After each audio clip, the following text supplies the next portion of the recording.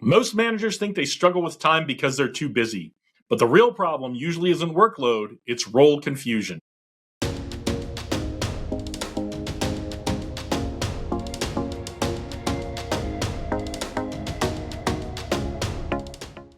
When managers feel overwhelmed, they assume they need better tools, better apps, or better scheduling systems.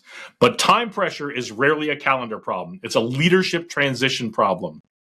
The shift from individual contributor to manager changes how time must be used, and most managers are never taught how to make that shift. The real problem comes from managers trying to succeed in their new role using the habits that made them successful in their old role. They keep doing the work themselves, they jump into every task, they solve every problem personally, and then they wonder why there's never enough time.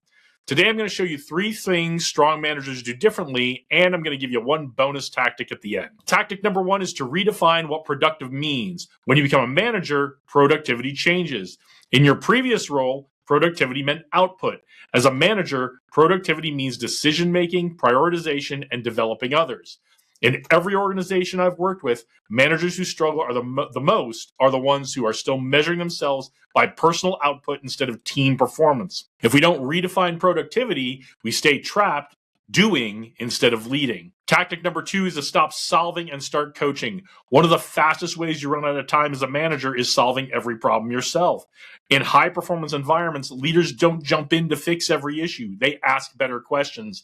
Instead of saying, "I'll handle it," strong managers, strong leaders ask, "What do you recommend?" or "What options have you considered?" That shift turns repeat interruptions into leadership development moments. Managers and leaders who coach create capacity. Managers and leaders who solve create dependency.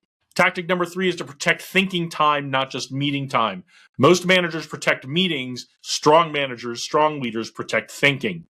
Time management research consistently emphasizes planning and prioritization as core leadership behaviors, not reactive task switching. If our day is nothing but back-to-back execution and fighting, we're not managing, we're not leading, we're surviving.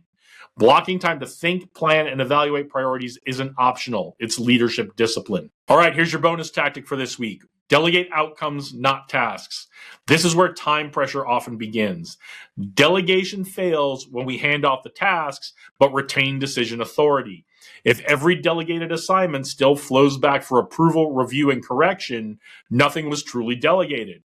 Strong leaders delegate clear outcomes, clear boundaries, clear authority to meet those outcomes within the boundaries. When ownership transfers, time pressure on the leader decreases. When control stays centralized, time pressure multiplies. Most managers don't struggle with time because they have too much work. They struggle because they haven't fully stepped into the leadership version of their role.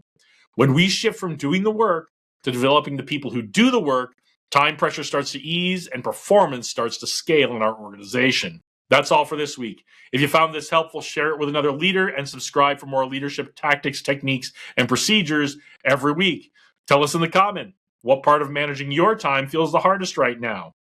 All right, go out there, do great things today. Onward and upward.